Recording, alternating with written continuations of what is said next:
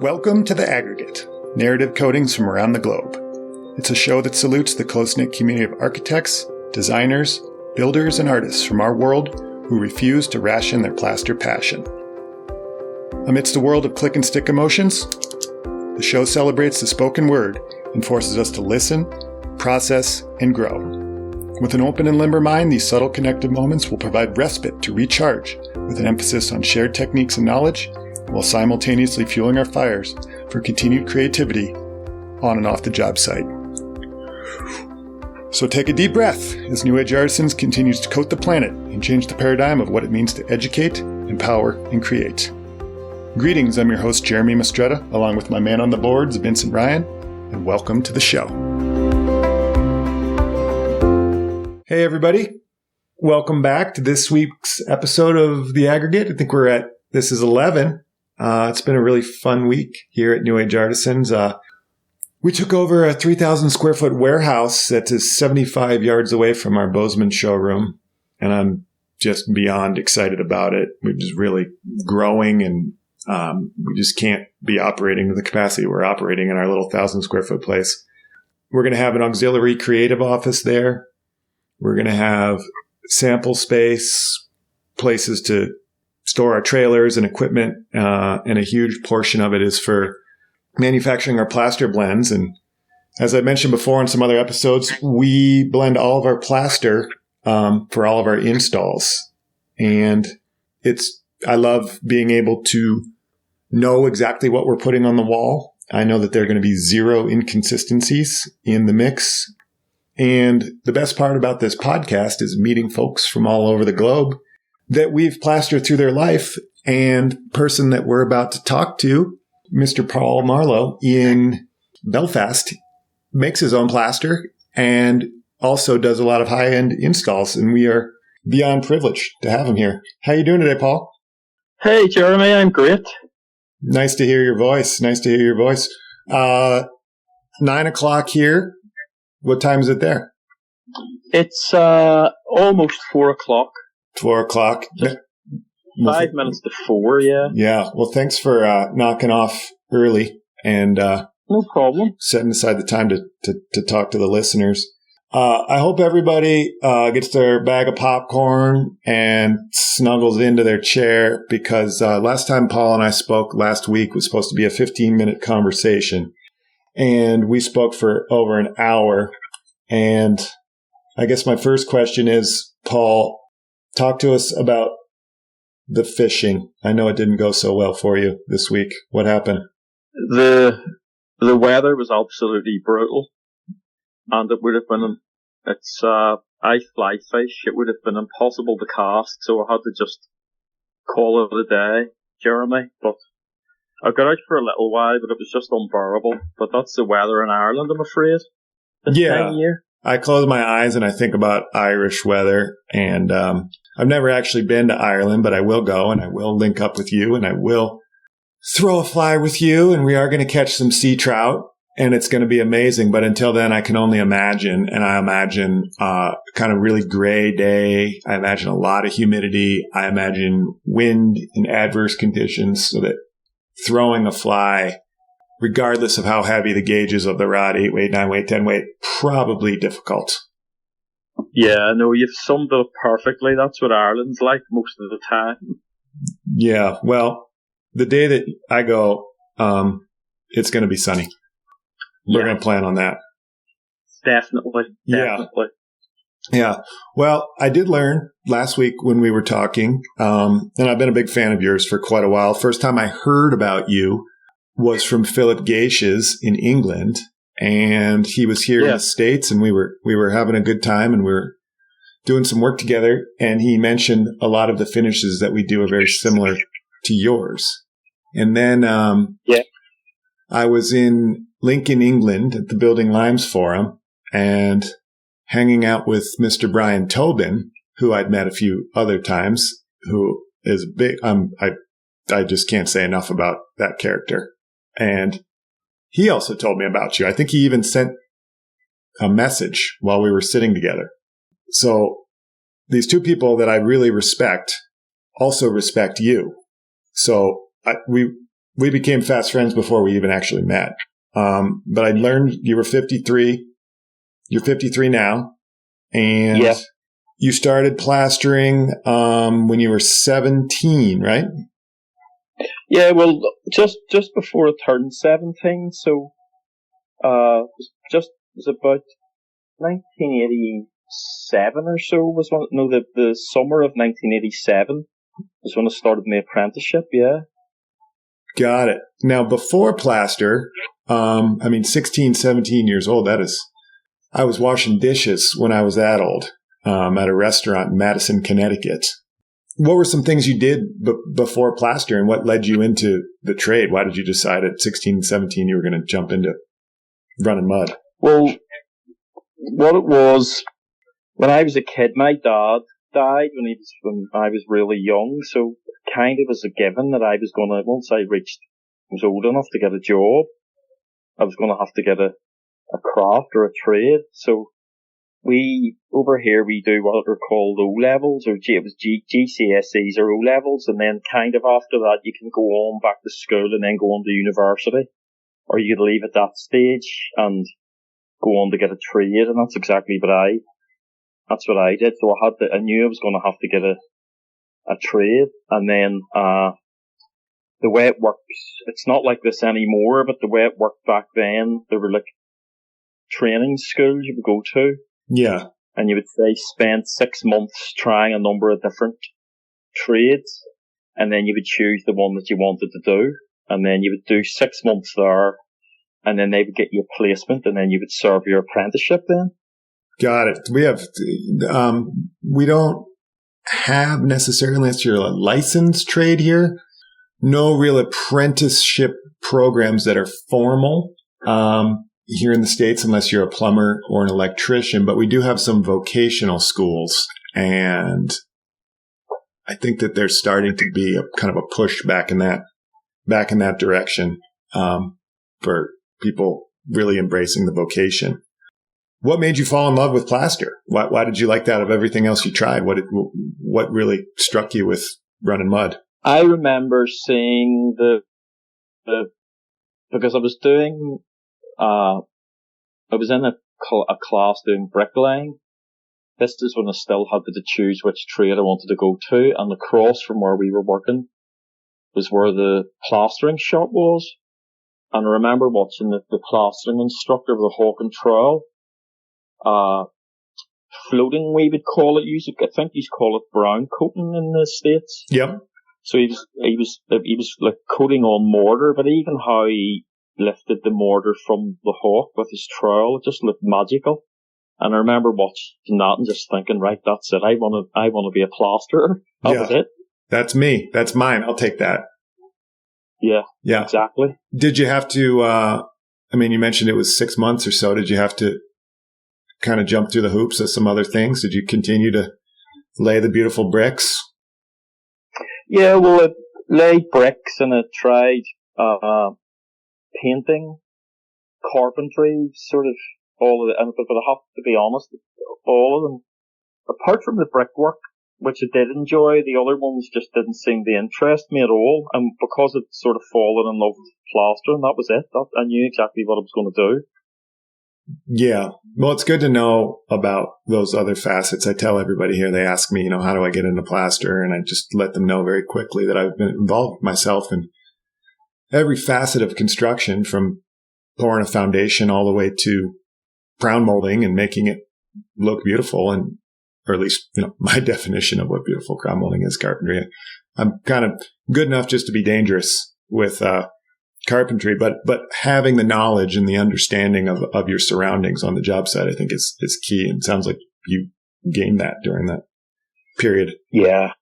The journeyman program and the apprentice program in Ireland, tell us a little bit about that. How long does that last?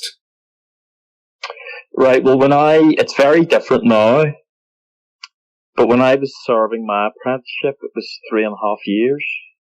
So the way it would work would be, as well as being on site, you had to go to college 1 day a week, and then you could go for 1 year and do what was called your City and Guilds craft. So that was compulsory.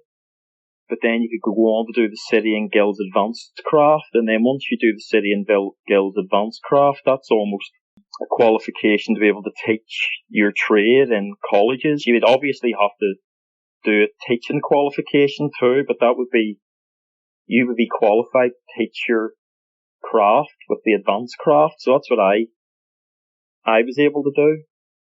But it's all changed now. I mean, the apprenticeship really doesn't really exist now in plastering, which is quite sad. Yeah. How is it structured? Is it, somebody wants to be a plasterer, they just head on down to the store and buy a bag of thistle plaster and they're a plasterer? Well, basically, there are things called NVQs and stuff, but it seems to have dumbed down. And I think if someone spends a year, they could refer to themselves as a plasterer. It used to be quite strict in that you had to do, at the end of 3.5 years, you had to go and do, you spent a week being tested, and if you passed the test, your employer got a grant. Mm-hmm. So it was in their interests to sort of teach you really well, and it was quite difficult what you had to do. I mean, even now you would be going to complete it, but now it's like if you go and go to college, the practical tests are very, very basic. You learn how to put up drywall, I think, and skim it, and that's it. There's nothing complicated. So the drywall, they're here in the States, we've got 4x8 sheets mostly. That's pretty standard, 4x12. And those just get thrown up, and then they get skimmed out. The joints get skimmed out, and then the wall will either get skimmed with either some more drywall compound and then get painted, or what we're doing is veneer plaster over the drywall. Is that the same kind of thing with the skimming of the drywall for you guys? Yeah, it is. They do. There's pre-bagged gypsum plasters they use over here. Yep. So yeah, you just basically mix it up and then you apply 2 layers of it and then it's troweled up. But even that now is dumbed down, and they use these things called speed skims, and they're like a big plastic sort of flexible spatula that's run over the wall, and it's, as I say, it's completely changed compared to whenever I was in the regular plastering game. It's totally different now. You wouldn't recognize it. Yeah. Brian Tobin was telling me about that. There's these big, giant plastic gauging trowels where, you can move it across, and it's, several meters long, and you're able to just get it. These walls just perfect. And some people are good at it. And he said other people just, mate, shouldn't even try. That's my Irish. Yeah, because you see, whenever, back in the day, I mean, some people still work like this, but whenever you were using veneer plasters, you had to learn how to put them on perfectly smooth, when you were laying them on. Mm-hmm. But people have lost all that now. They just put it on sort of anyway, and then just run this spatula over it. So it means that they're losing skills, and they're totally reliant on these speed skims or these plastic spatulas. So it's dumbing down. It really is. Yeah, death of an art, death of a trade, for sure. And there were places here, I think in the 50s and the 60s, where they would come in with an 8-foot 2x4 basically, and they would hold it to a wall. And if there was any undulation within that 2x4, the wall was made to be completely redone and re-skimmed. Yeah. And a lot of folks here, especially on the East Coast, a lot of the plaster goes up and it's gypsum plaster. And these guys are, in my opinion, the best plasterers in the States. We do all this veneer and it looks beautiful and really 3-dimensional, but these guys that are getting these walls, and it's really sad because a lot of it is getting painted, but there's guys like Colby back east, Trowel Inc., his company, and I mean, they are running these walls so immaculately flat, stringline flat, to be able to get it. And that to me is remaining true to the plastering trade. Yeah, it's beautiful. Totally. Beautiful with these lime veneers, and it looks amazing, but you can get away with a lot of inconsistency. And these walls back east that are, going paint grade, you're not getting away with any inconsistency. whatsoever. And it sounds like that's your original schooling. Yeah. But now it kind of has changed a lot. Mm-hmm. Yeah. The jobs that you were working on when you were a lad, were they residential, commercial? Mostly residential, but you would have sort of, like the first job I ever went on to when I went out on the site was a hotel. So we worked on that, but mostly it would have been like residential, like private houses and stuff you would have been working on, yeah. Yeah. Did you do a lot of traveling as a youth? Not overly. Most of the work would have been like maybe within a sort of a 20, 30 mile radius, so you weren't traveling too far. Perfect. Yeah. Most of our work, unfortunately, is a little bit longer than the 20 or 30 mile radius. Yeah. And we're probably hour and a half in the vehicle each day to go where the lion's share of the jobs are. We have some projects that are right downtown Bozeman where we live, and we really cherish those. But for the most part, we got to go. We got to go a little bit of ways to get to the really, really big footage jobs. You mentioned to me in 2001, I think it was, that you made a switch from the gypsum that you learned into Marmorino. And yeah, what was the process of learning Marmorino, and when did it first dawn on you that there was this whole world outside of gypsum plaster? Well, see, I had always loved plastering, but by that stage, I was starting to get really tired because it was all like price work you were doing. And I have to be honest, Belfast back then, construction, I mean, the prices were really bad, but like you were having to go in and do really amazing work.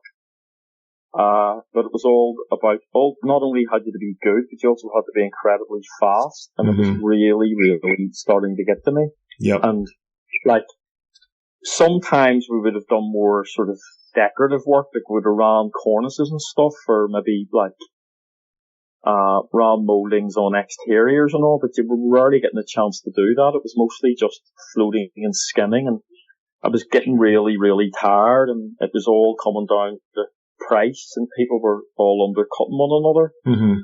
And then I happened to be watching this program on television, and it mentioned Marmorino, and I remember thinking, I didn't think that people still did that sort of work, because obviously I had old Miller books and stuff, plaster and plain and decorative, and it mentioned all those techniques, and I just sat up and thought, I can't believe that people are still doing it. I think it might have been a Versace shop or something had been finished, somewhere in Europe, and they mentioned Marmorino, so my eyes sort of lit up, and then it just kind of, fortunately, with the internet back then, I mean, if it had been a few years earlier, you kind of wouldn't have known what to do, but I went online and done a bit of research, and then that was it.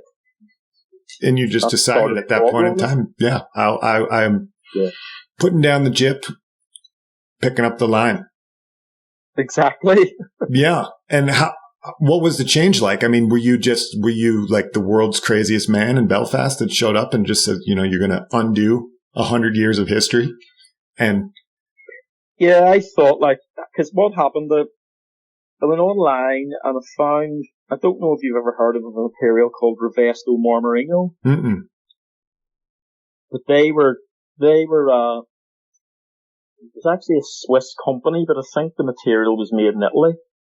And, there was a company over in Leeds, over in the UK, and they were bringing this stuff over and doing these training courses. So I contacted that guy and went over and took a 2-day training course, and I thought, right, when people see this material, everybody's going to want to use it. And listen, you know what it's like yourself. You were like hitting your head against a brick wall.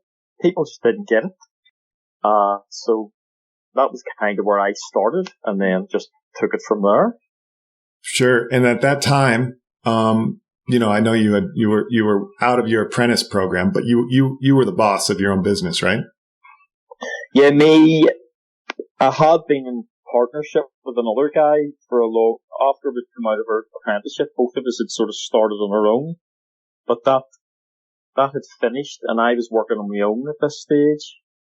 And, when I started on the Marmorino then, I knew I was you couldn't do both.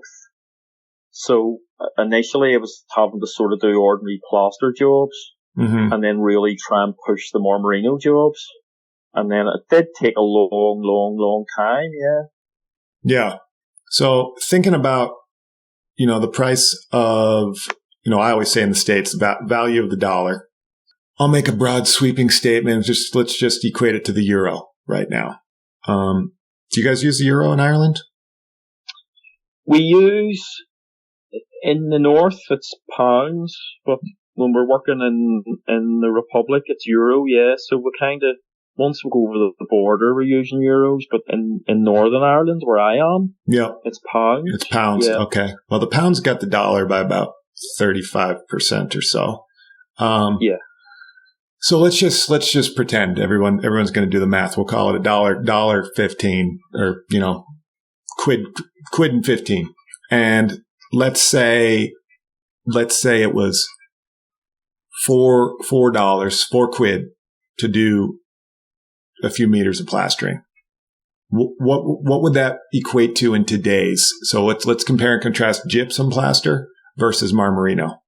How much more were you charging for Marmorino compared? So back around 2001, when I kind of started to try and push Marmorino for doing a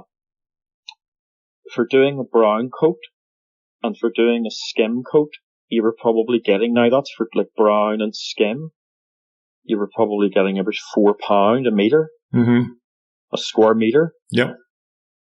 For Marmorino, now this would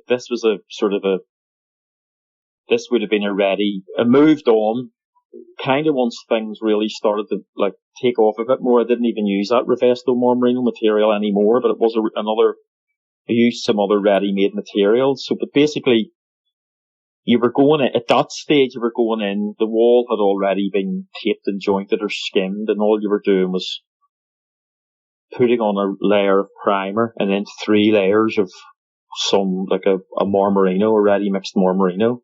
And to do that, you were probably charging about £55 a metre. Oh, yeah, considerable jump. Considerable difference, yeah. Yeah, so I'm just doing the math here in my head. That's probably $9 or $10 a square foot ish. So, wow. What did the first person look at? What did they think when you said, oh, you can get this for 4, or you can get this for 45? I mean, what was it like changing people's minds? It was difficult. It really was. And, people always used to come off with the same thing. Oh, could you come in and do 2 meters of that or something? Or it was that would look great in the shower. And you're sort of going, well, you can't really use this material. And this was before I knew it was Hadlacked or anything. And people always kind of thought, oh, it's like a cheaper version of tile. They didn't really back then. They didn't appreciate it. But then, I was lucky enough to kind of stumble upon some architects who actually did appreciate it. And that's when things sort of started to change. Yeah. Were there other people back there at that time that were installing it? There was another company, have you ever heard of Armacoat? Yeah. Yep. Yeah. Well, there was a company in Northern Ireland who were licensed applicators for Armacoat. So, and they would have covered the whole of Ireland, but it was just really them and me. And then shortly after that, a few other people sort of came along and started to do it as well. Got it. And then here where we are, there's a few other folks that do what I do. And for the most part, we get along just fine. Yeah. Was the competition a little stiff there? Were people upset that there was another sheriff in town? No, well, the Armacoat company were a little bit sketchy. They were okay, but everybody got on just fine. It was like, the way we all looked at it was like, listen, we're all just doing our own thing here.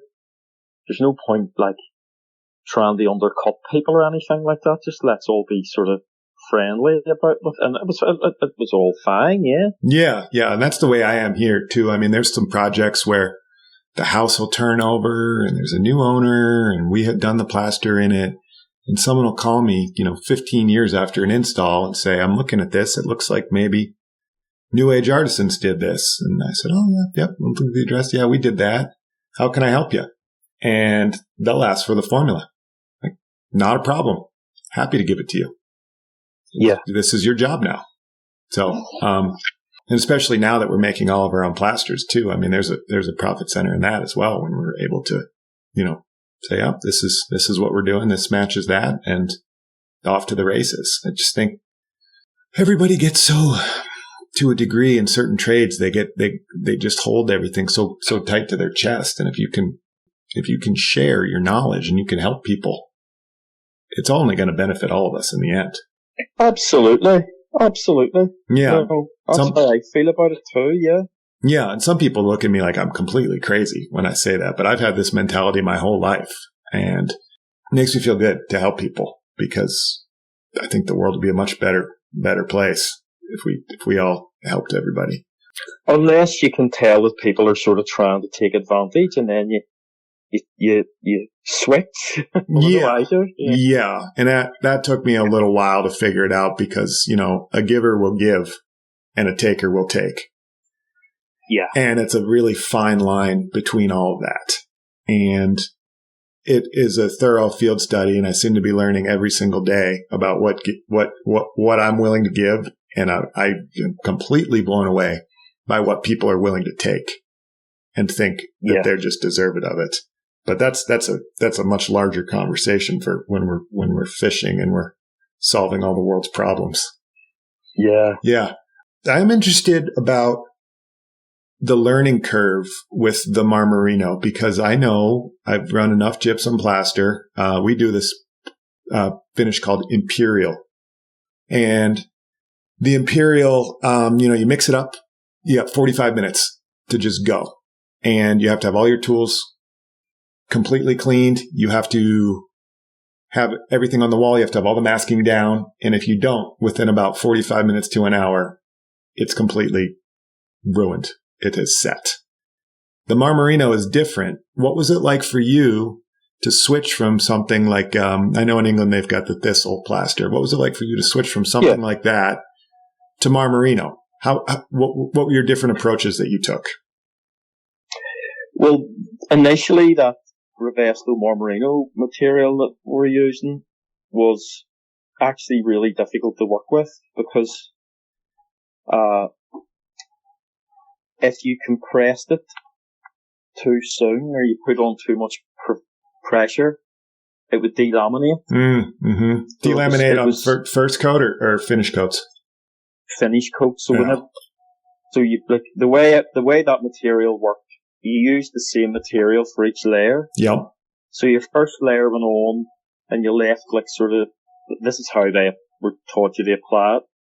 You deliberately left lines in it, kind of just sort of just use one side of the trowel and you apply it quite randomly, but you sort of leave lines in it. Yep. Then that's left overnight. Yep. Then the second layer is applied in the same way, which kind of smooths out the first layer. Mm-hmm. Then you leave it until again overnight. Yep. And then the final layer is applied, so it's all applied sort of wet on dry. Wet on dry, yeah. And it's kind of very similar, like we call it scratch brown finish here. Sounds like you got your scratch coat. Now, the lines that you were doing, were they horizontal or were they kind of random haphazard with like a devil float? No, see, this was the Marmorino. This is the Revesto Marmorino. It was just the lines were basically trowel lines. As you put it on, you were kind of leaving like random trowel lines, and the kind of the rationale of that was that when you burnished your final layer, these sort of come through almost like the veins that you get in marble. Yep, telegraph through, yeah.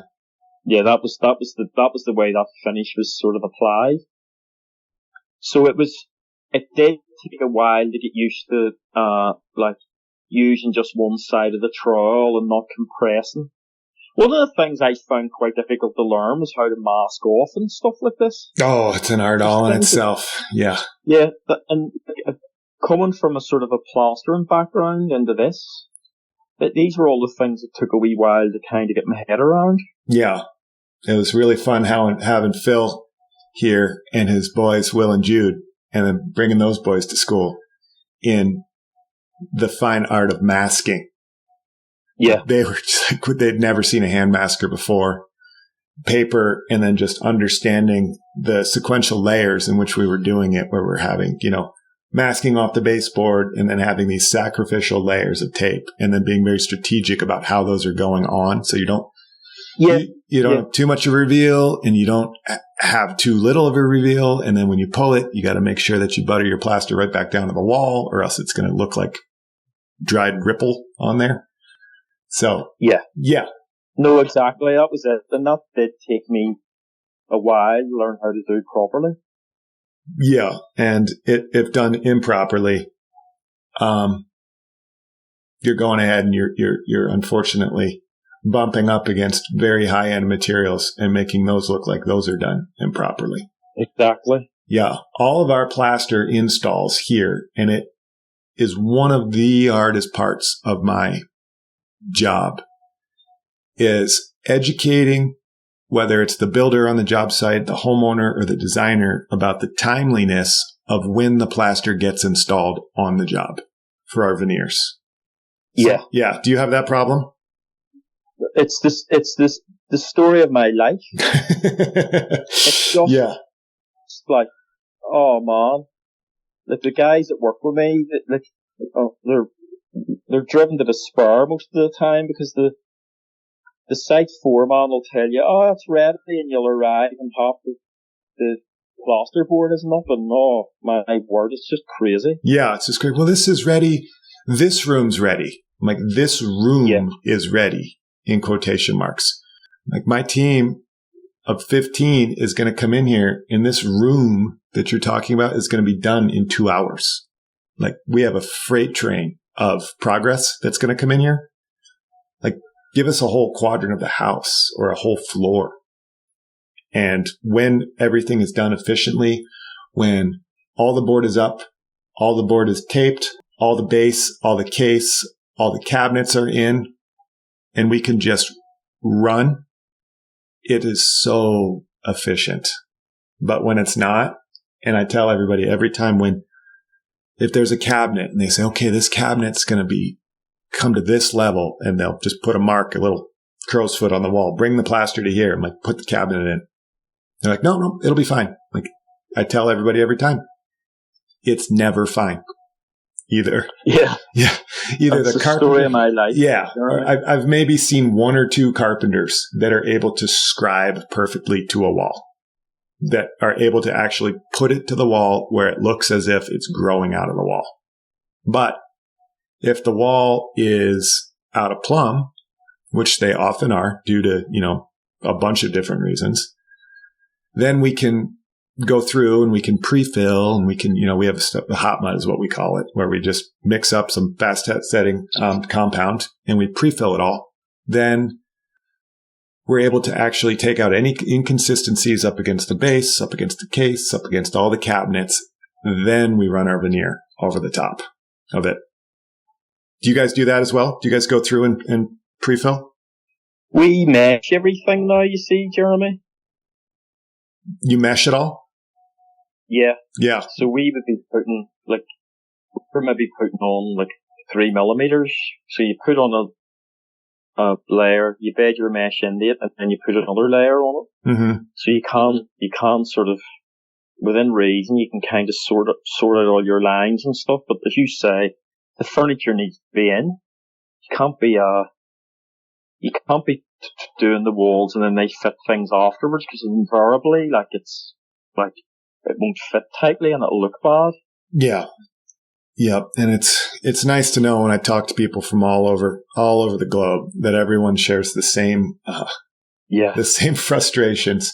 We just need a support group And hopefully the aggregate can be the support group for people where they're like, oh, yeah, I saw this happened, and this is what frustrates me, because it is just, you can move backwards so quickly. What seems like, I call it VP, visual progress, is often not progress at all.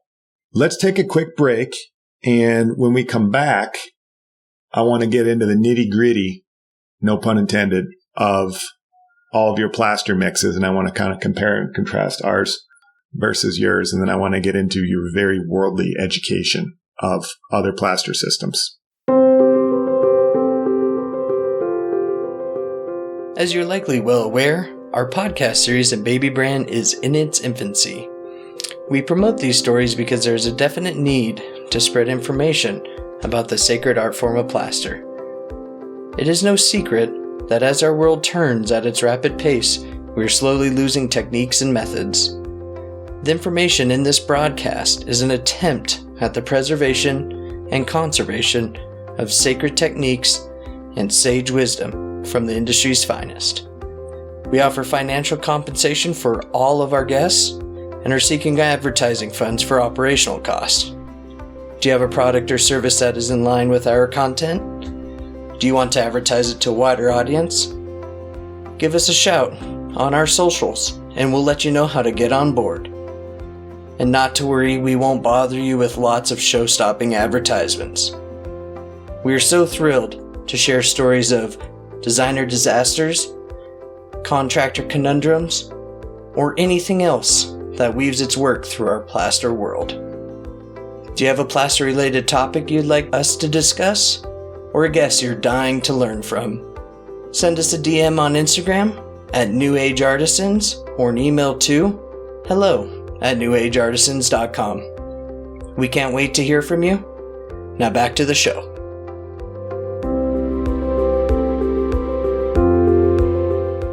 Hey folks, welcome back. Thanks again for listening. We're on episode 11, and a few episodes ago I mentioned that we are talking to some advertising folks, and that is happening. And as I mentioned before, good things take time. Good photography takes time. Thanks, Whitney and Dan. And beautiful plaster takes time. Thank you, Paul. And the aggregate podcast is going to take time. I was talking to Paul earlier. If there were 10 people that listened to this podcast, I'd still continue to do it. If there were 10 million people that listened to this podcast, I'd still continue to do it. We're likely going to have a little bit more sponsorship if there are 10 million people. Wink, wink, nod, nod. So everyone, please share this with your friends and family that are in the trades so that we can continue to spread the good word of plaster. We were talking earlier about plaster blends and plaster mixes, and Paul, we were talking about some of his early out-of-bag materials that he was using, and we've had quite a few out-of-the-bag materials that we've used until we settled on our own blend. And one of the biggest things that I really wanted to do with our blend was just eliminate inconsistencies within it. We were always getting different size aggregates that were going up. Really, really frustrating the crew. You make a sample, you bring it there, and all of a sudden things would change.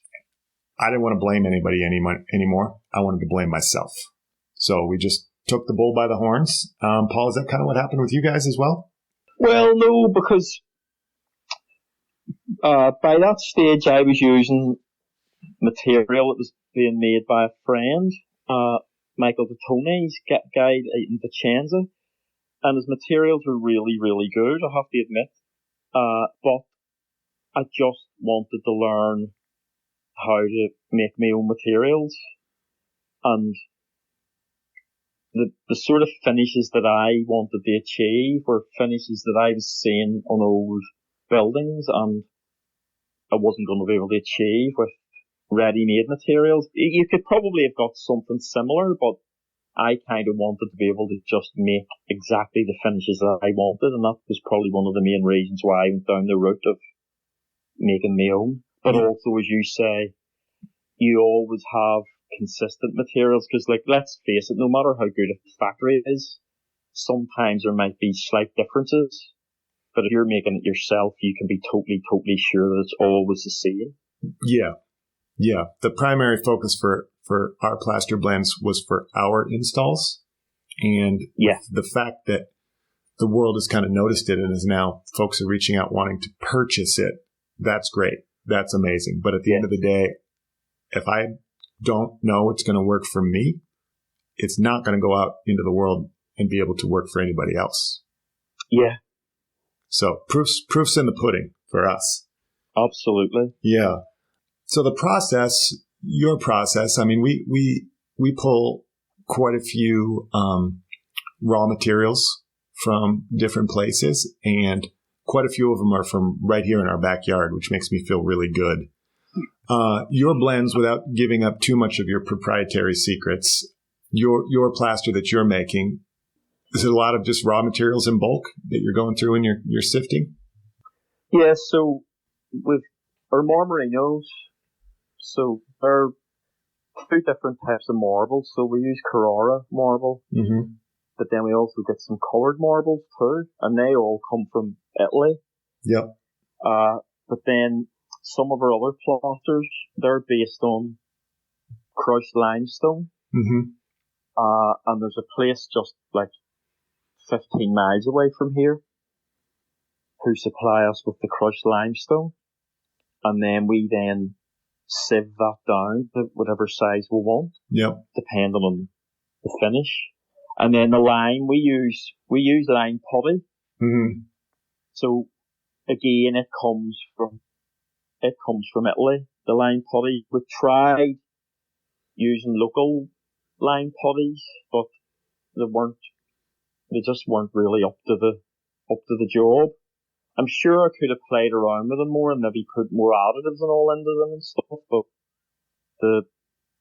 as well as that, I mean, like, you think Italy's not that far away from Ireland, really, and the lime putty that we're getting isn't any more expensive than the local limes. Yeah. The only difference is transportation, which is not ideal, but at least I know that I've got a really, really good lime. Yeah. Could you just make your own lime putty yourself? You could, yeah. I mean, but there's a company down in the Republic of Ireland will sell quicklime, and then you could slake it yourself. But again, you see, the putty that we're using is made from limestone, so it's a stone lime, while a lot of the limes are chalk limes. And personally, I think it does make a difference. Like, we worked with limes when we worked in the States. We worked with some of the limes, and they were fabulous, really, really, really good. And I can see why you would use local limes, but the lime, even the hydrated limes here and the powdered limes are very, very caustic. You need to be really careful when you're working with them. But the lime I'm getting, the Italian lime I'm getting, doesn't even burn your skin or anything. It's really, really good, yeah. Oh, wow. Yeah. We have hydrated lime is what we use, and we can make some lime putties out of it. It takes a while, but for the most part, we're just blending powder. A big challenge we have here with the wet is the freeze thaw. So if things are wet and they're not tended to, they can freeze. So imagine. So the notion of having hundreds of buckets just sitting there waiting to freeze is a little scary. And I've actually gotten away with time to time. There was one really, really deep freeze that happened, and it just froze solid, completely solid. And then I had a project, I had to get it done, and I just thought, well, let's see.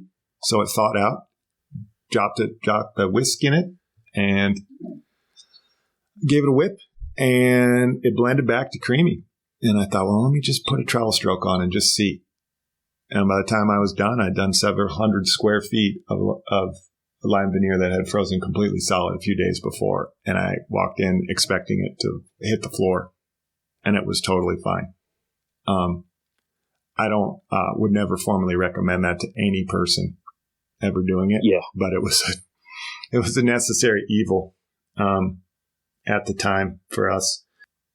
How many formulas did you go through before you settled on your mixes? What do you mean, did it go through? I'm still going through. The guys that work with me, oh my goodness me, if you were to speak to them, you would laugh. Yeah. It's like I'm constantly improving. Yep. Yeah. You know what it's like. I do. Yes, I do. When we started with ours, I became obsessed. Like absolutely obsessed. I would go on runs and I'd be running outside and I'd be staring at the pavement and the asphalt, and I would look down and I would just start investigating, mesh size and microns in what was in the pavement while I was running, and just moving, these chemical formulas around in these ratios. And I would there were times where I'd be running and I would just keep running like Forrest Gump right back to the shop and whip something up, a new formula that I came up with in my head. Yeah, that sounds like me. Yeah. Do you dream in plaster? I do, to be honest with you. Yeah, or if I wake up during the night and sort of think about a formula or something. Yeah, in a plaster panic. Yeah, exactly. Yeah, and I have a few folks that have worked for me, and they have come up to me and they've confided in me that they also have plaster panic dreams. And I just kind of give them a hug and I say, it shows you care about your job. So thank you. This is it. It shows you have a passion for what you do. Yeah. I'm trying to make it better. The one thing that I really, really, really had just these crazy dreams about, vivid dreams.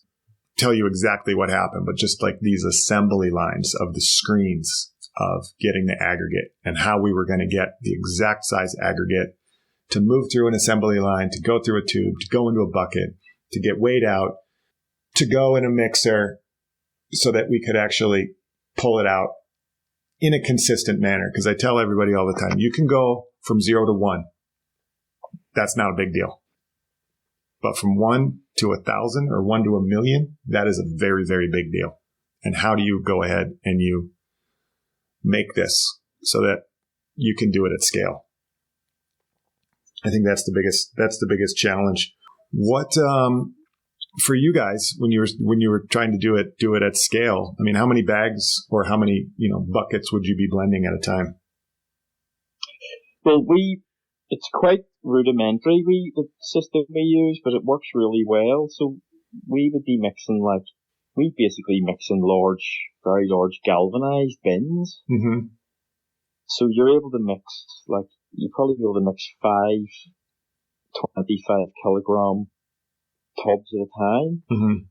So, I mean, listen, we could go down the route of using mechanical mixers and all, but I kind of still like to be able to do it by hand. You're able to, although you're using a whisk, you're able to really control the speed and you don't over mix it and stuff, and it just works really well. So we just basically drain off the water from the lime putty and then add the lime putty, and then depending on the aggregate we're using, so it would normally be marble dusts and stuff. Yep. Sometimes we'd add calcium cut, really fine marble dust too. Yeah. Or if it would be we do make some dry plasters as well. Generally, they would be based on natural hydraulic lime and limestone, but most of the aggregate we would be using would be generally marble dust. Got it. Have you ever heard of Master of Plaster? I have, yeah. Yeah, Lauren Dillon. Very friendly with her. She's a plaster contractor, or manufacturer down in Charleston, South Carolina. And they do a lot of lime putty mixes as well with their material. And it sounds like they're doing kind of what you're doing, just a little bit more at scale. And their plaster, I've used it. It's fantastic. And I'm in the process of courting Lauren to come on the podcast because, A, I think she's a fantastic person, and B, I think the product is so beautiful. So beautiful. Talk to me about color. I've seen your finishes online. They're insanely beautiful. What sort of systems do you use for pigmenting your plaster? I would have used liquid pigments in the past, earths and oxides. Yep. But now it's nearly all powder earth pigments, Jeremy, and then sometimes like we would use powdered oxides if we're doing Scagliola, but for the stucco, for the Marmorino, any oxides we would use them in a liquid form. I just find that easier. But most of our Marmorino would be coloured with natural earth pigments, powdered pigments. Yeah. Got it. And do you, when you blend those pigments in, do you pre-paste them, or do you just drop the powder right into the wet mix? No. So what I would do would be, when I'm doing the samples, you would weigh out like small amounts dry, add some water and kind of mix that up, and that's then obviously you use a brush to make sure there's no lumps, and then that's added to your like say you've weighed out a kilo of material. Yep. But then once you've got the samples approved and stuff, and then everything's all being multiplied up, then the powder pigments are all weighed out. Yep. And then I would add water to them and then let that soak overnight. But in the past, I made the mistake of soaking the pigments in water and then weighing that out. You know, the paste that you'd made, but it's very inaccurate. Yeah. A certain amount of the water settles to the top and all, and it's very, very difficult to sort of make that consistent. But if you weigh out if your recipes are based on dry pigment, you can get it really accurate. It's as accurate as if you're using like a pre-mixed paste pigment, a liquid pigment. Yeah, and that's what we love our accuracy, and we've got this tinting machine, and it's all calibrated. Yeah, and we do it, in a quart formula, and then we do it in a gallon formula, and then we do it in a 5-gallon formula, and all we're doing. Quick trade secret is we're taking a quart formula and we're timesing it by 20. 4 quarts in a gallon, 5 gallons, 4 times 5. You want to take a quart formula, put it in a gallon, times it by 20. And that's. I mean, there's a lot to be said for that. I mean, you're not going to drive yourself mad the way I sometimes do. Yeah. It's just kind of, yeah. Yeah, I can drive myself mad in 10,000 other categories, and I can drive other people mad, but this is the one thing I'm just like, we can make this automated. And we have, a myriad of different colors that we have documented from there. Does your entire crew mix? The way it would work would be like, sometimes we mix on site, but we try to avoid that now. And I've a really big workshop now. So what we would maybe do would be they would come over and help me mix up a lot of batches.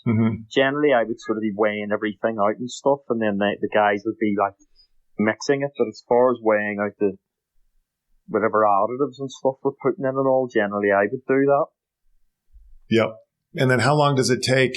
Let's say you're gonna hop on the ferry and the whole crew's going over to London, doing a big install in Soho, just creating an amazing place that I think you work in. Well, what has happened? That has happened quite a lot. Yeah. So let's say you're hopping over the Irish Sea, you're doing that. Let's say, how long would it take to actually make the material for that job? Well, say like our pallets over here, I don't know what size the pallets are we use, guys, in the States, but a pallet would hold like 33 buckets. So you could probably make 2 pallets of stuff, 2 pallets of material in a day. I know, like, listen, you could, if you were doing that, I mean, that wouldn't pay if you were making the material commercially to supply to other people, it wouldn't pay. Yeah. But for us, it works out okay. Yeah. And what it means as well too, this is another, you asked about the advantage of making your own material. Mm-hmm. This is another reason why I kind of went down the route. It means that instead of having lots of different types of materials, like Marmorinos and Tonicanos, I just have lots of raw ingredients. Yep. And then I can just make up 2 pallets of, like, say, a Marmorino and a pallet of, like, say, a Tonicino. Mm-hmm. But it's not like I'm sitting with a lot of stuff because I don't care what anybody says. It does have a shelf life. Yeah, the binder's going to break down over time, and that is we saw that happen here with the plaster manufacturer. They were blending all this plaster, and they blended so much dry plaster, and it just sat on the shelf. And then there was a big surplus of people purchasing the plaster. And what was happening is that there is air that's going to move in and out of that plaster. Doesn't matter how tight the bags are. Air's going to move through, and that plaster is going to do what it was meant to do, which is turn back to limestone. So exactly, yeah, you get these finishes that were going up on the wall, and it was just these white streaks everywhere. And it's just this delicate balance of how long. Do you think, this is a good question, this is a nitty gritty, since we're on the subject, lime putty, the longer you let it sit in age, in theory, the more workable it's going to be. What are your thoughts on that? What's the shelf life? Totally, yeah. There's a really good paper, and what I'll do is I'll if I get a chance, I'll get it printed out and I'll send it over to you. It's called On Masonry Systems, on Plasters, on Finishings. But there's a section in it about lime putty, mm-hmm. and it shows how basically when you look at it under a microscope, the longer that it sits, the calcium hydroxide crystals, they gradually move closer together mm-hmm. from perfect disorder to almost like the dominoes. Yep. And this is from aging. So, like, obviously the ancients didn't realise that, but that's why, like, Peruvius says about aging it for 10 years. I think that was maybe a wee bit ridiculous, like, but maybe 10 years is a bit long, but it definitely does make a difference, yeah. Yeah, yeah. And that, I think with powder, though, I think that the powder is going it's going to break down. No question about it. Yeah. The longer it sits. You got to get it in the wet form. And then another big problem is if you have a pozzolan in there and it gets mixed. Yeah. It's going to kick. No, absolutely, yeah. Yeah. You have a big problem. Yeah, big problem. Do you guys, do you ever throw any pozzolans in your mixtures? A lot. A lot? If we're doing stucco forte, we do, yeah. Got it. So there's a few different types. We get one, there's one that comes from Rome that we use. And then obviously we use pozzolana as well, the volcanic ice. Mm-hmm. And then you've got like cacio pesto as well, which is obviously an artificial one. Yep. So, but we use them a lot, yeah. Yeah, and cacio pesto is, and you're the expert, and I tell everybody, I'm not the expert. I just know people that are smarter than me. I know Paul Marlowe. Cacio pesto is, would it be okay to call it a poor man's hydraulic? Because it's using pottery, crushed up pottery and bricks? Yeah, it is. You're basically, that's exactly it. You're basically making almost like an artificial hydraulic line. Mm-hmm.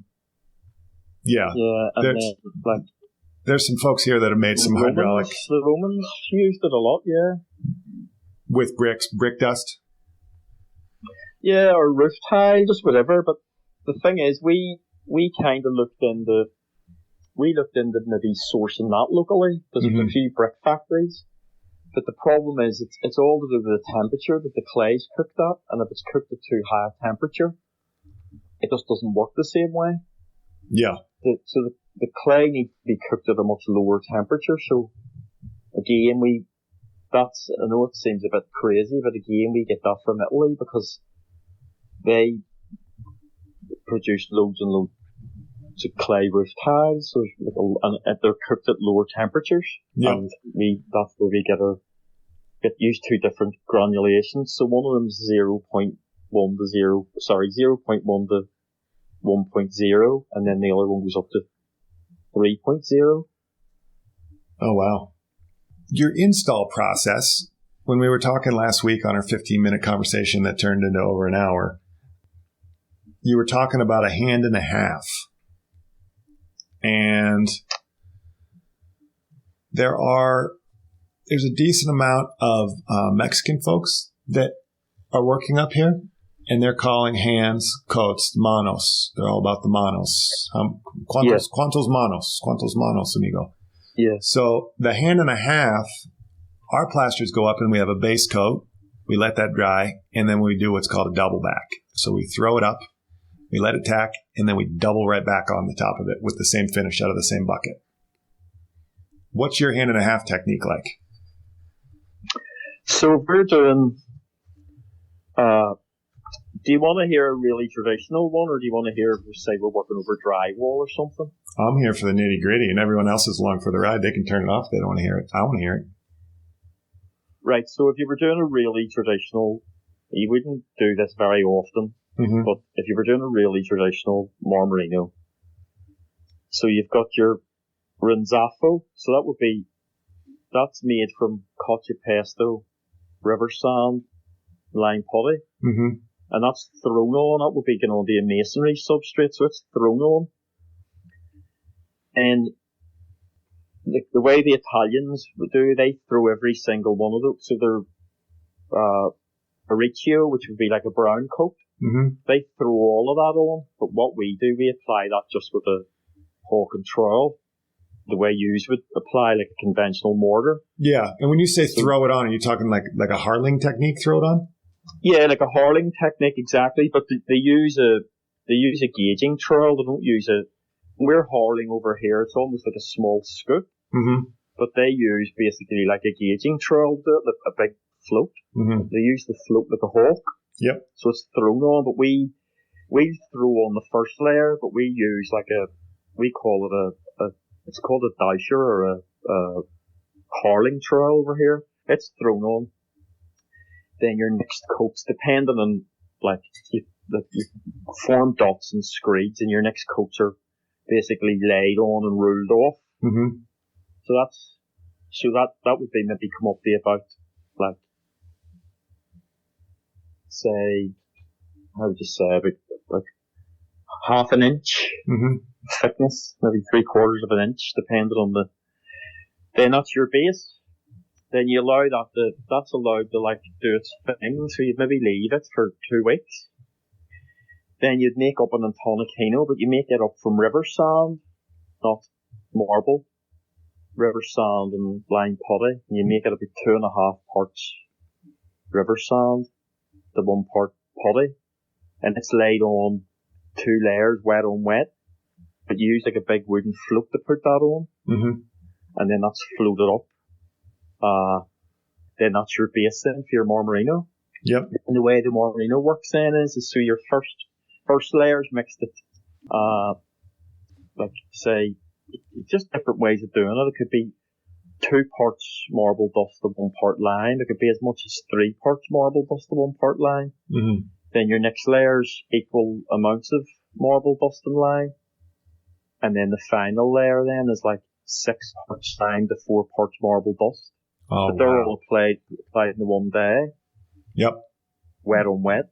Yep. Wet on wet on wet. And you need, But then the hand and a half then, how it works, your very last hand, so we call it your pulimento layer, so it's like your polishing layer, and there's more lime than marble dust, so the way it's put on, your medium layer, your grasso, you put it on, and you want it that it's kind of, when you touch it, you don't leave any finger marks.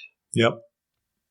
So it's kind of, it could still be quite there won't be very many dry spots on it, but when you touch it, you don't leave any finger marks. And then when you start to then put on your final layer, and then how it's applied, you maybe cover about, say, a meter with it, and it's going on grain thickness.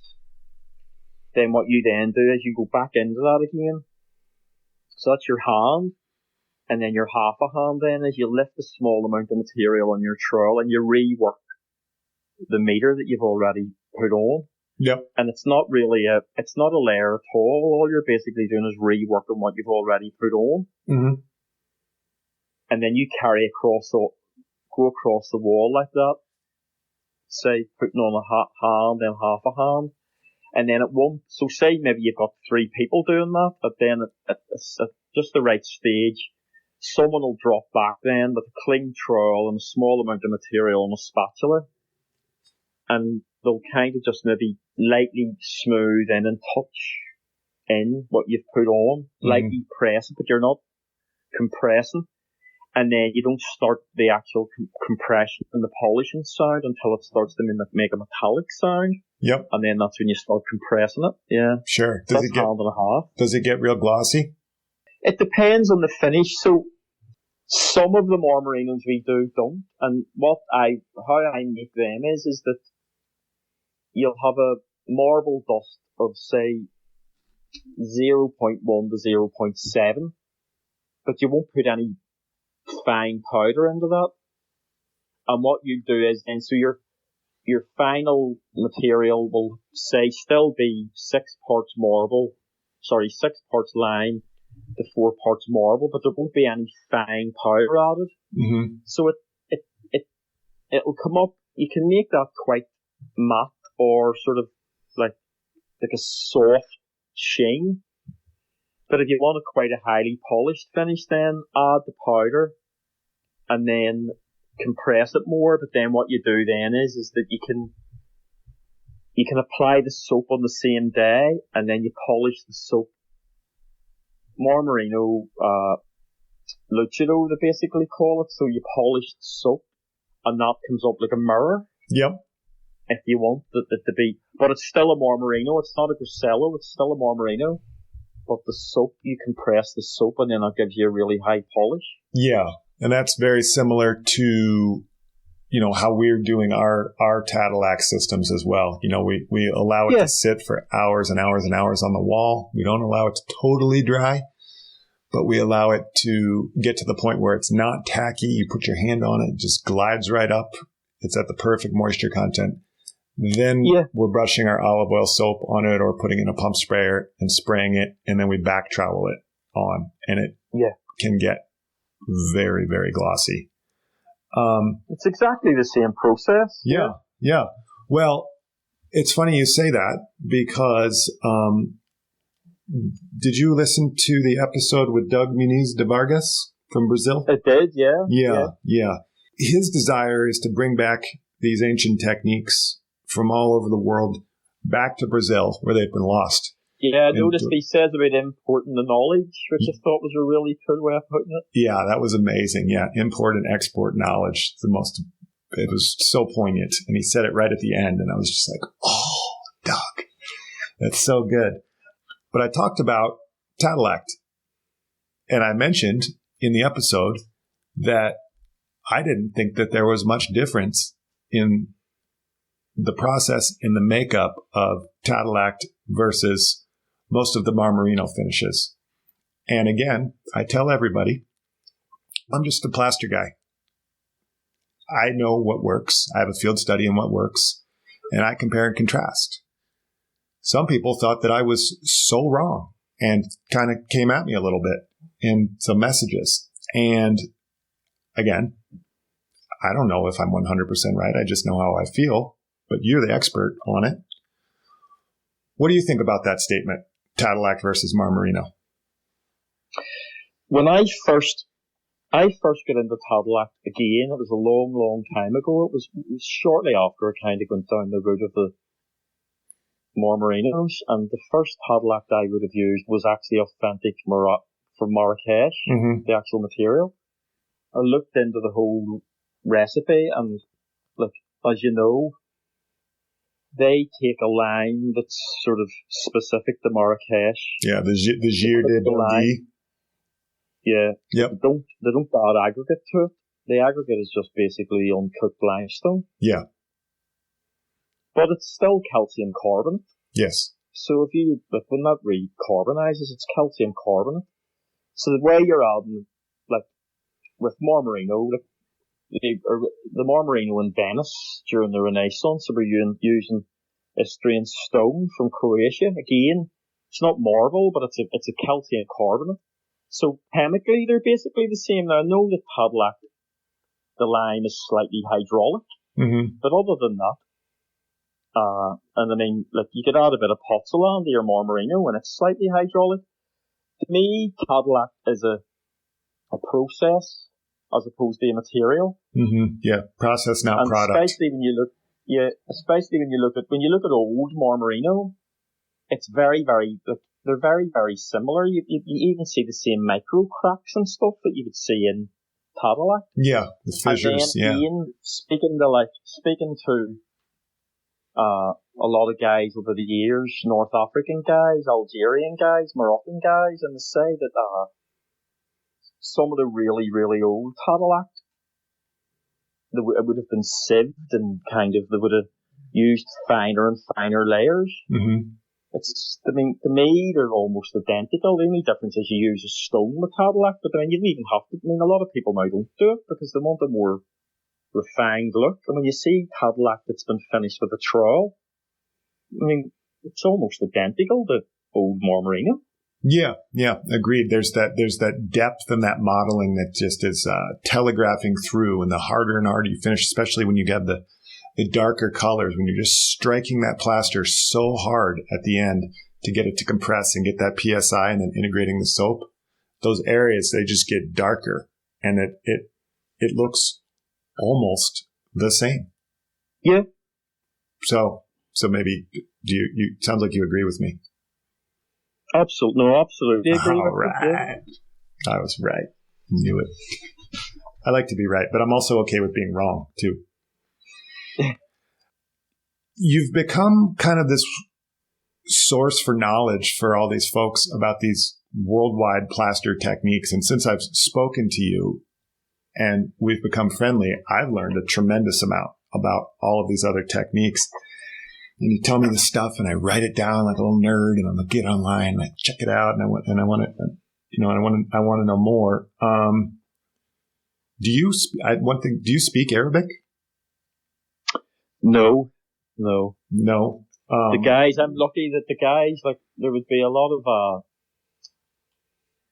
Middle Eastern guys here, like my barber, the guy who shaves my head for me, he's from Algeria, and like North African guys, but they all speak really, really good English. Yep. Yeah.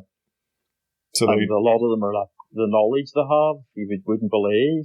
It's unbelievable, yeah. Yeah, and they're the translators for you? Yeah. Or if I look up, if I find a paper or an article on a plaster finish, especially if it's Arabic, that guy helps me out. Yeah. Well, and I'm going to butcher the pronunciations of these things, and there's probably people that speak these languages that are just going to cringe when I say a word like quadad. Yeah, so that's a plaster from the Yemen. Yep. Yemeni, yeah. And Sirki and Ziki. Yeah. Yep. Yeah. Indian. Ziki. Yes. I mean, it's basically, when you look at the recipe for that, it's basically Marmorino. They apply it over, like, the base is like their cacio pesto, so it's like fired clay, so they build up a few layers of that as their base, and then the Ziki then is lime and marble dust, and then but it's polished with a stone. Sure. Yeah, so it's like sort of almost like they apply it almost like Cadillac. Yep. Yeah, layer on layer and polished. What? Yeah. The one that really interests me the most, and again with the pronunciation, Chetnad. with the egg whites? Yeah. What's that process like? Right.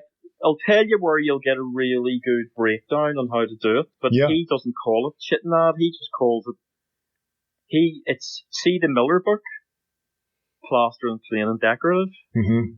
We'll have to put that in the show notes for everybody. There's a whole section. So William Miller, Plaster and Plain and Decorative. There's a whole section on Indian plastering techniques. Mm-hmm. And like, obviously that book was written during the heyday of the British in India. And he breaks it down, but basically it's they call it jaggery, which is it's like a unrefined sugar that they make from sugar cane, and it's used as an additive. Mm-hmm. And then it's lime, but then as the aggregate they use like a really, really fine quartz sand. And then when they're doing the final layers, just before they apply, they would have added egg whites to it. Yep.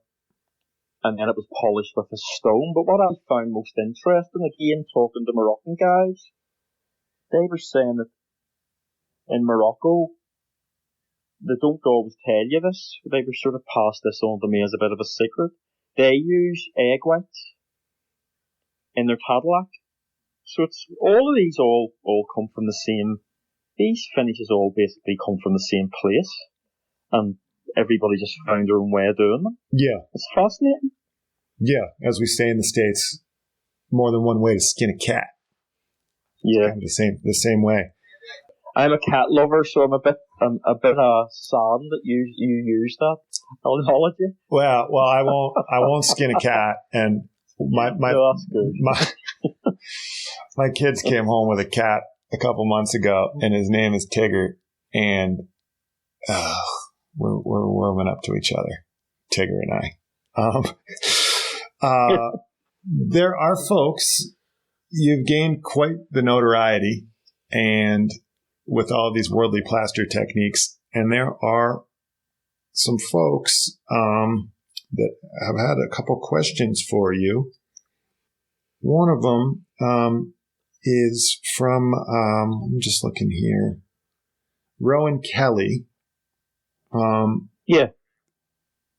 Asking about stucco lustro, stucco lucido, and Marmorino. What are the differences with those? And there are so many different ways to skin a cat. Sorry, that.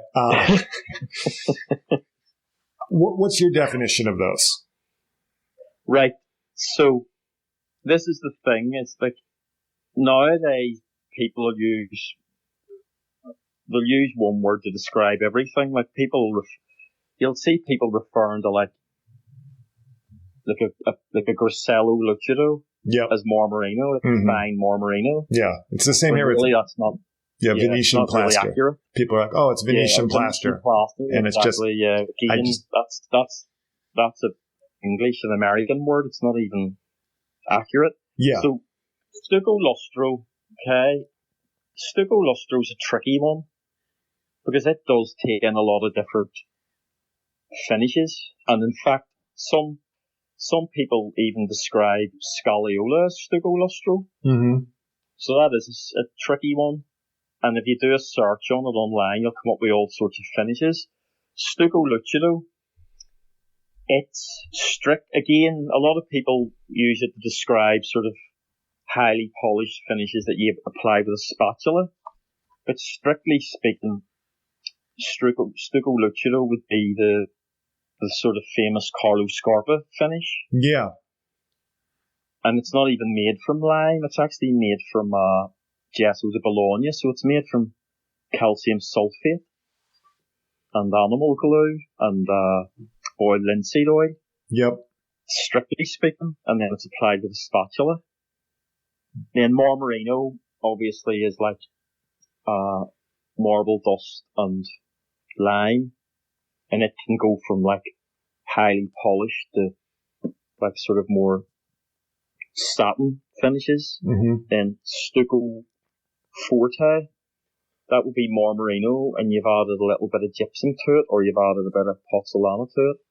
And then stucco romano, would be Marmorino, just another word for it. So that's kind of sort of it. But you'll find people would use these and sort of interchange them for different things. Mm-hmm. Yeah, it's sad when folks do that. And like we were talking about earlier with the Venetian plaster, I mean, it's becoming this all-encompassing term here in the States. People are like, Venetian plaster. Yeah. I'm like, it's like nails on a chalkboard. Like, this is not Venetian plaster. Stop it. You were talking about Carlos Scarpa, and I did a little research on Carlos Scarpa, famous architect. And your friend Francesco Sensi seemed to hit you with a lot of questions. Talk to us about the wax, the original wax that was going over Carlos Marmorino. People seem to think that you have the recipe for that.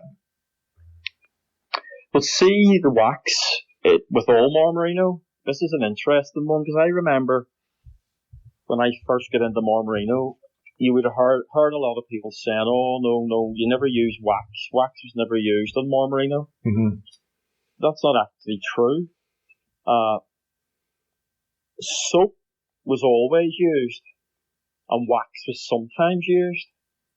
And my friend Michael Tony, guy in Vicenza, he was even telling me that traditionally they even sometimes used it outside on facades, because it was all to do with trying to get the water to run off the facade as quickly as possible so that it didn't soak in. Mm-hmm.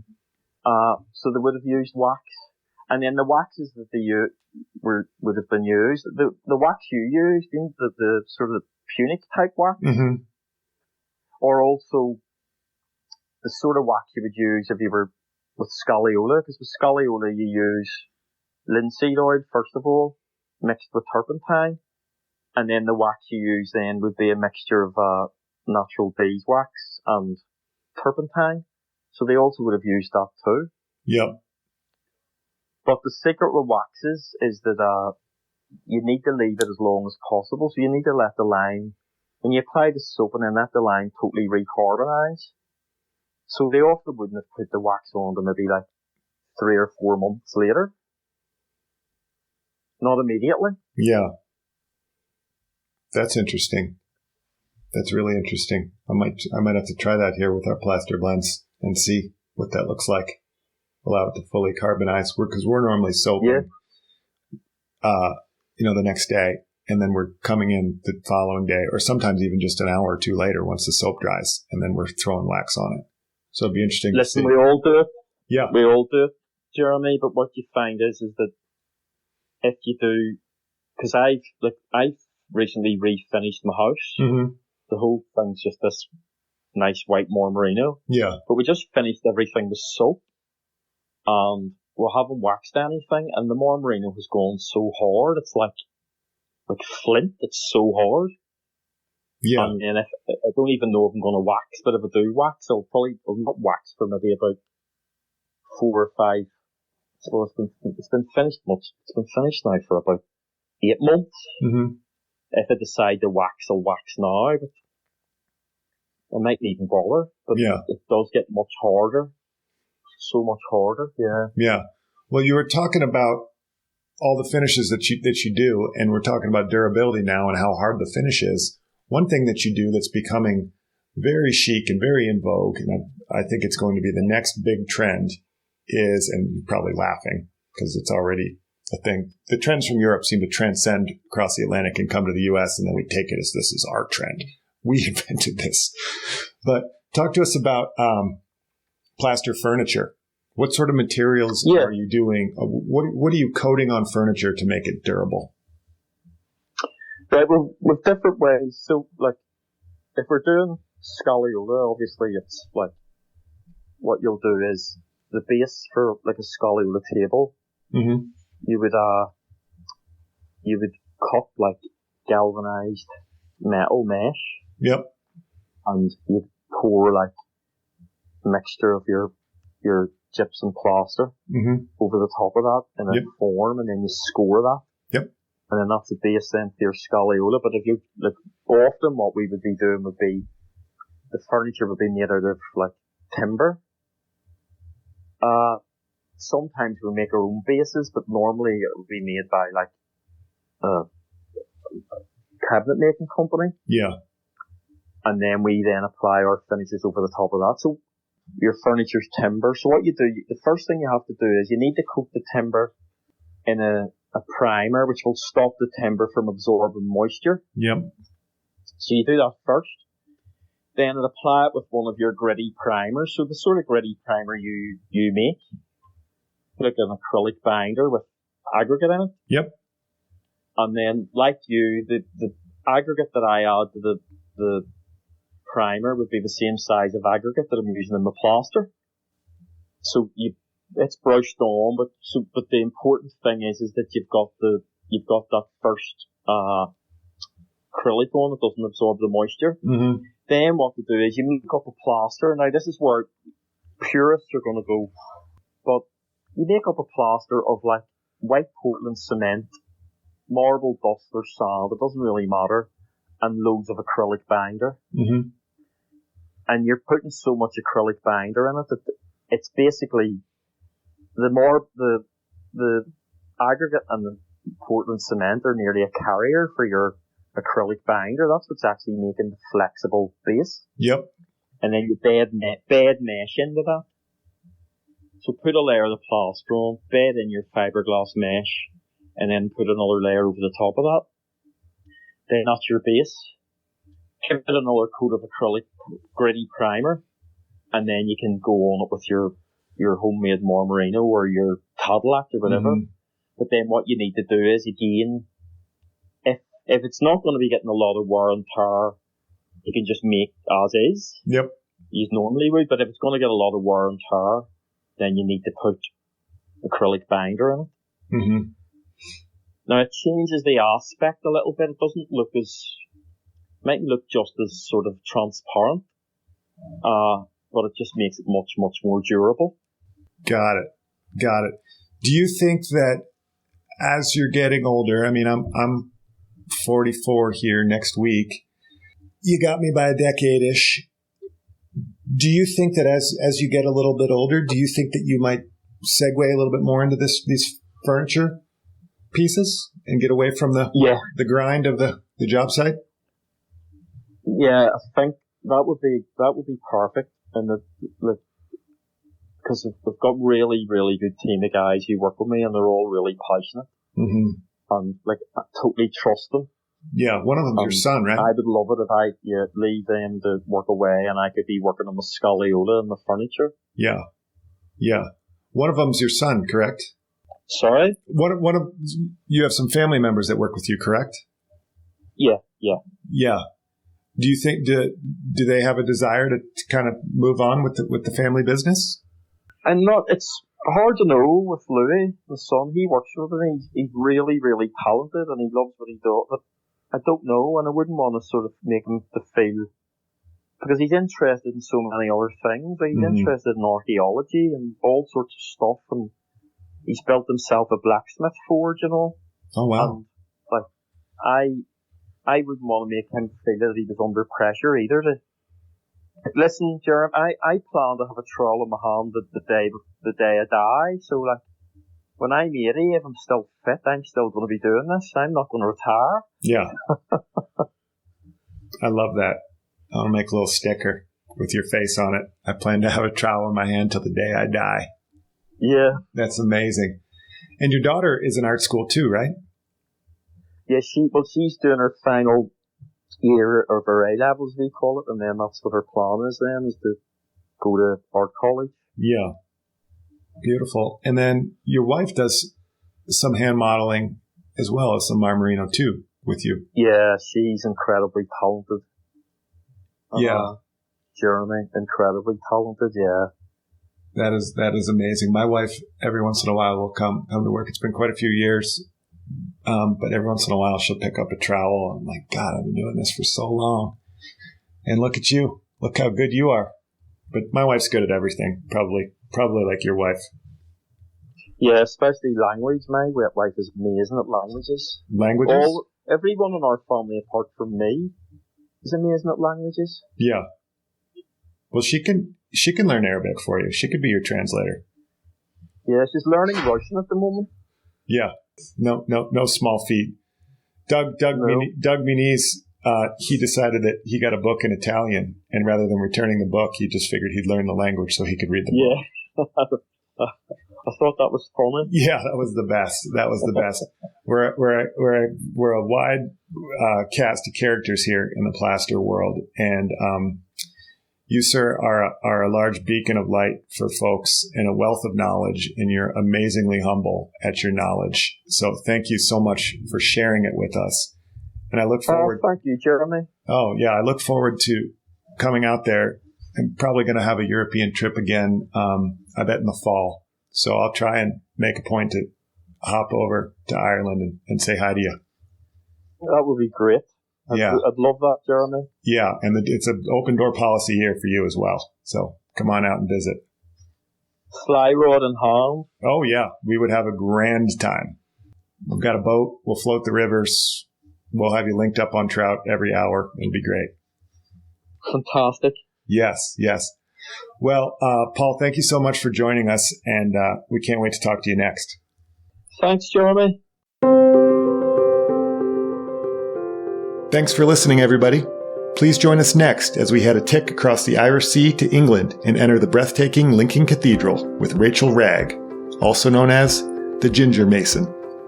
After a series of deflating jobs and some life-changing events, a leap of faith led Rachel to apply for a bursary fund to learn masonry. Almost a decade later, she's still carving stone and lime inside one of UK's oldest and most historic buildings.